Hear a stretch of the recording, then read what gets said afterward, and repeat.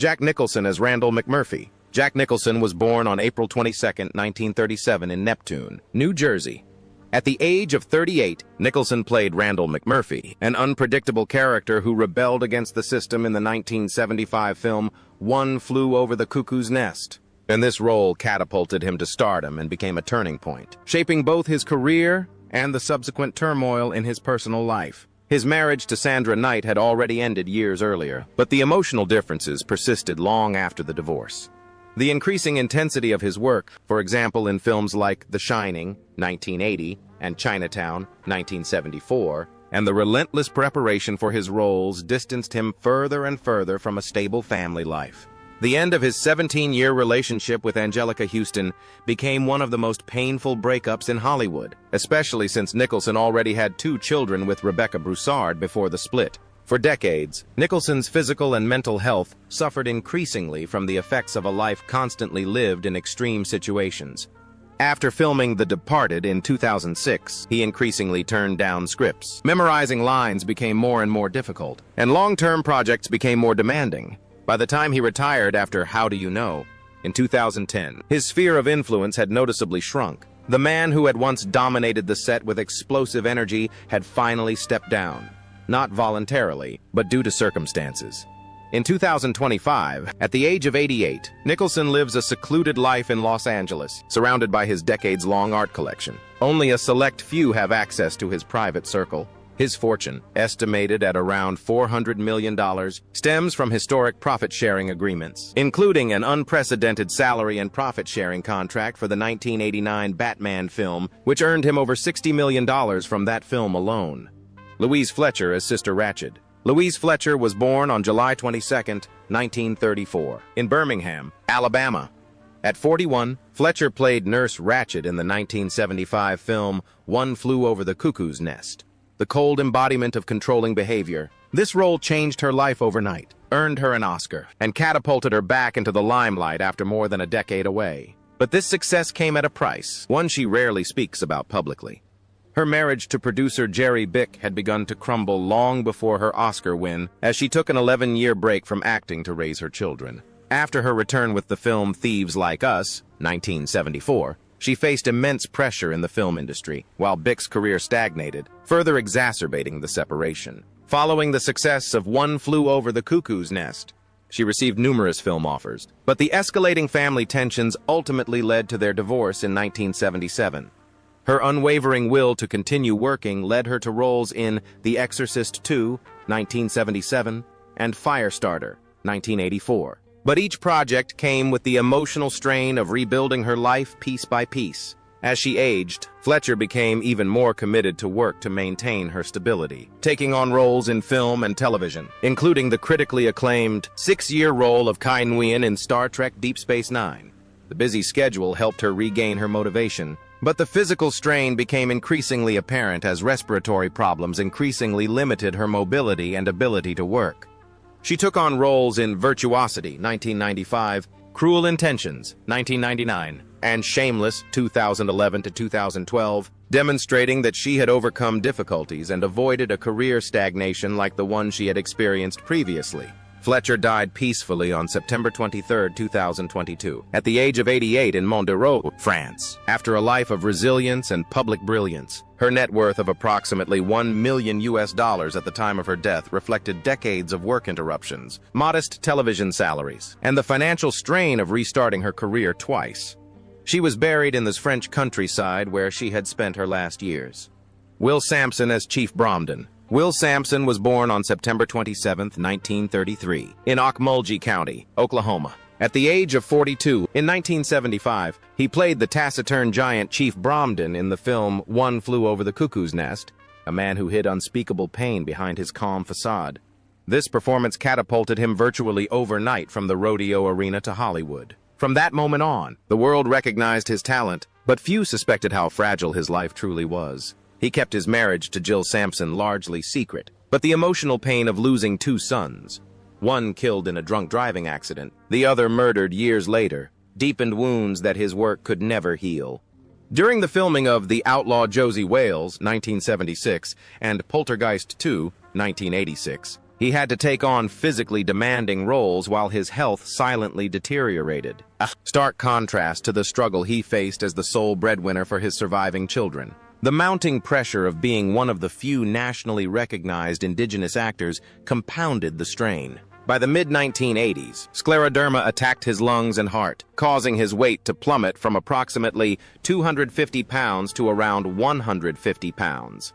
Even as his health deteriorated, he remained determined to continue his cultural work with the Native American Theater Company. He refused to let illness rob him of his identity as an artist and activist. In his final months, he prepared for a heart-lung transplant in Houston, an operation he hoped would bring him many more years with his family and allow him to continue his artistic career. But complications arose, and the hope with which he had entered the operating room faded all too quickly. Sampson died of kidney failure on June 3, 1987, at the age of 53, just 43 days after a kidney transplant, and was buried in the wildlife refuge where he grew up. His fortune at the time, estimated at around $500,000, came from films, artwork exhibited in major museums, and appearances that promoted the public presence of North America's indigenous population. Vincent Schiavelli as Fredrickson. Vincent Schiavelli was born on November 11, 1948, in Brooklyn, New York. At the age of 27, in 1975, Schiavelli played the role of Fredrickson in One Flew Over the Cuckoo's Nest, a melancholic, gentle patient whose quiet presence lingered long after the film ended. His imposing height of 1.97 meters and his unmistakably melancholic eyes made him one of cinema's most recognizable supporting actors. But behind this striking screen image was a man whose life was marked by illness and suffering. His first marriage to actress Alice Beasley crumbled under the constant pressure of work and health problems related to Marfan syndrome, leading to his emotional breakdown just as his film career was taking off. Even after remarrying harpist Carol Sue Mukalian in 1992 and establishing a more stable family life, the shadow of his chronic illness never completely disappeared. His body, affected by Marfan syndrome since childhood, made it difficult for him to muster the stamina required for films like Ghost, 1990, and Batman Returns, 1992, leading him to seek refuge in writing. Each of his cookbooks, in which he intertwined memories, recipes, and family stories, was not just about food, but also about how he coped with the quiet loneliness that the illness brought. In the late 1990s, lung damage from years of smoking exacerbated his predisposition to Marfan syndrome, forcing him to leave Hollywood in 1996 and permanently retire to Sicily. Even during the filming of Tomorrow Never Dies in 1997, he struggled with persistent fatigue and concealed his deteriorating health to avoid losing his job. His hometown of Polizzi Generosa became his refuge, a place where he hoped to find more time through a slower pace of life and distance from the film industry. But there, too, he contracted lung cancer. Schiavelli died on December 26, 2005, at the age of 57 in his home in Sicily, where he had found peace and was buried in the Polizzi Generosa cemetery. His estate of approximately $1 million reflects a life he dedicated to writing, as well as 3 published books that help preserve his family's memory. Although he died prematurely due to illness, his legacy lives on in his more than 120 roles and in the gentle sadness he brought to every single scene. Scatman Crothers as Turkle. Scatman Crothers was born on May 23, 1910, in Terre Haute, Indiana. At the age of 65, Crothers played Turkle, the cunning and compassionate night watchman who brought both trouble and kindness to the hospital in the 1975 film One Flew Over the Cuckoo's Nest. His warm voice and natural rhythm made him one of Hollywood's most versatile artists. But behind this charm lay a life spent battling racial barriers and a final decade overshadowed by a serious illness. His marriage to Helen Sullivan in 1937 was one of the rare interracial marriages of the time, a relationship that lasted nearly 50 years despite the hostility they faced during their tours.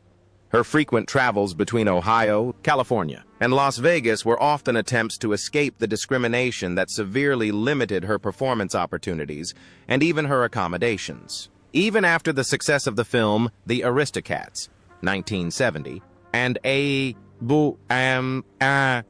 long-standing creative partnership with Jack Nicholson on films like The Shining, 1980, Crothers quietly carried the weariness of decades of fighting for equality in an industry that rarely allowed black actors leading roles. Helen remained his unwavering support, nurturing him through the later stages of his career as voice acting became easier for him with age. By the mid-1980s, his years of smoking had taken their toll. Lung cancer spread rapidly, eventually reaching his esophagus and weakening him so much that he could no longer record the jazz vocals for the Transformers films. In the last weeks of his life, he was bedridden but remained determined to work as long as possible, even completing several episodes despite the pain. Crothers died on November 22, 1986, at the age of 76 at his home in Van Nuys, and was buried in Forest Lawn Memorial Park Cemetery in Los Angeles. He amassed a fortune of approximately $500,000 through his lifelong dedication to music, acting, and voice acting. He pioneered the role of black artists in mainstream animation and television. His legacy lives on in each of his characters through his warm, witty, and rhythmic voice. Danny DeVito as Martini. Danny DeVito was born on November 17, 1944, in Neptune City, New Jersey. At the age of 31, in 1975, he played the role of Martini, a chaotic and restless comedian, in the film One Flew Over the Cuckoo's Nest. This small but unforgettable role laid the foundation for a career that would later make him Hollywood's most unexpected king of comedy. From then on, fame and turmoil became part of his life. His decades-long marriage to Rhea Perlman was marked by several separations, reflecting the emotional exhaustion he experienced from working in the entertainment industry. After 30 years of marriage, they separated in 2012, briefly reconciled in 2013, and finally separated in 2017, but never divorced. A rare relationship characterized by age, fidelity, and their 3 children. During the filming of movies like Twins, 1988, and while directing Matilda, 1996, his chronic arthritis, caused by Fairbanks disease, made him a far greater burden on any long-term project than audiences might have realized. The pressure of financially unsuccessful independent projects, however, exacerbated family tensions. Health problems never prevented him from working, but the emotional strain of a turbulent marriage and the exhaustion of long shooting schedules shaped a more withdrawn personality than he appeared to be in real life. For example, the use of prosthetics and long working hours on the 1992 film Batman Returns aggravated his bone pain, a reminder that physical limitations plagued him with every major role. Nevertheless, he continued to produce films with Jersey Films, including Pulp Fiction, 1994, and Garden State, 2004. His resilience had become a special kind of survival. In 2025, at 81 years old, DeVito was still starring in the film It's Always Sunny in Philadelphia, overcoming age and pain with the unwavering joie de vivre of a comedian. His fortune of approximately $80 million stems from decades of work as an actor, director, and producer, including long-term royalties for films that have shaped generations. And behind the laughter lies a story of resilience. Brad Dourif as Billy Bibbit. Brad Dourif was born on March 18, 1950 in Huntington, West Virginia. At 25, Dourif played the terrified boy Billy Bibbit in the 1975 film One Flew Over the Cuckoo's Nest. This role earned him an Oscar nomination and a BAFTA award, catapulting him into the limelight in a way he never expected. From that moment on, fame followed him, but the shadows he had to fight against for decades continued to haunt him. His first marriage to Janet Stephanie Sharmatz fell apart as his fame grew rapidly, and long shooting days left him little time to mend the relationship. By the time he divorced Joni Dourif in 1986, he was raising 2 daughters and battling increasing depression as his work slowed. Roles such as those in Blue Velvet, 1986, and Mississippi Burning, 1988, demanded great psychological depth and often reflected the inner conflicts he was trying to escape. Particularly after the success of Chucky cemented his reputation as an actor of dark characters. Although he never publicly disclosed any serious illnesses, decades of pressure to portray characters with mental health issues and the associated emotional toll led to periods of isolation. This pressure intensified during the 2002 to 2003 Lord of the Rings era, when his worldwide fame unexpectedly returned, forcing him back into the spotlight he had long avoided. Even in his later years, exhaustion continued to affect his decisions, eventually leading him to withdraw from all projects except those involving Chucky. In 2025, at the age of 75, Dourif lives a quiet life in Woodstock, New York. He works only selectively and returns only when the Chucky universe calls. His fortune of approximately $6 million stems from decades of film work, recurring television roles, and one of the most iconic voice roles in horror film history. He remains a character audiences will never forget. Sidney Lassick as Charlie Cheswick. Sidney Lassick was born on July 23, 1922, in Chicago, Illinois. At the age of 53, in 1975, Lassick played the role of Charlie Cheswick, a troubled, childlike patient in a therapeutic institution, in the film One Flew Over the Cuckoo's Nest. This performance marked the pinnacle of a long career. Behind the forced laughter of his characters, his private life was quietly crumbling. He kept his personal life largely secret, and without a spouse or partner, his illness became a lonely battle. His diabetes worsened over the years until complications eventually forced a leg amputation. A devastating blow for an actor whose livelihood depended on constant travel between film sets. Even when he starred in the 1976 film Carrie and the successful horror film The Unseen, he was plagued by the deep fear that, as his condition deteriorated, he would lose both his health and his roles. By the 1990s, his illness had worsened further. His acting range was limited. He received fewer roles. His recovery was slower, and he was unemployed for an extended period. His brief appearance in the 1999 film Man on the Moon marked a surprising comeback, reminding audiences of his talent for imbuing each of his quirky characters with a deeply touching humanity. However, his diabetes worsened, making each hospital stay feel longer than the last. Lassick died on April 12, 2003, at the age of 80, from complications of his diabetes at Midway Hospital in Los Angeles, and was buried in Mount Sinai Memorial Park Cemetery under a simple headstone bearing the Star of David. His fortune, estimated at around $500,000, reflects decades of steady, small-scale work that rarely offered him security. His legacy lies not in his wealth, but in the trembling voice and fragile dignity he brought to Cheswick. Christopher Lloyd as Max Tabor. Christopher Lloyd was born on October 22, 1938, in Stamford, Connecticut. At the age of 37, Lloyd played Max Tabor, a rebel who dared to question the strict order of the treatment facility, in the 1975 film One Flew Over the Cuckoo's Nest. This breakthrough role paved the way for some of the most iconic roles in film history. Yet behind each of these eccentric moments of brilliance lay a series of personal upheavals. His 5 marriages painted a picture of a man constantly searching for stability, only to find fleeting security. The failure of each marriage, from Catherine in 1971 to Jane in 2005, left deep emotional wounds and intensified the loneliness that often plagued him between film projects. Even during the hugely successful Back to the Future era of the 1980s, the pressure to maintain relationships while simultaneously making global blockbusters kept his personal life in turmoil. By the time he married Lisa Loyocono in 2016, he had spent decades healing the wounds of each failed marriage. The psychological strain of these breakups was compounded by the 2008 Tea Fire, which destroyed his Montecito home and cost him over $1 million. Although his physical health remained good, such events plunged him into anxiety, especially as his age slowed the rebuilding process. His performances in demanding roles, such as Judge Doom in Who Framed Roger Rabbit, 1988, and Uncle Fester in The Addams Family, 1991, helped him maintain his optimism.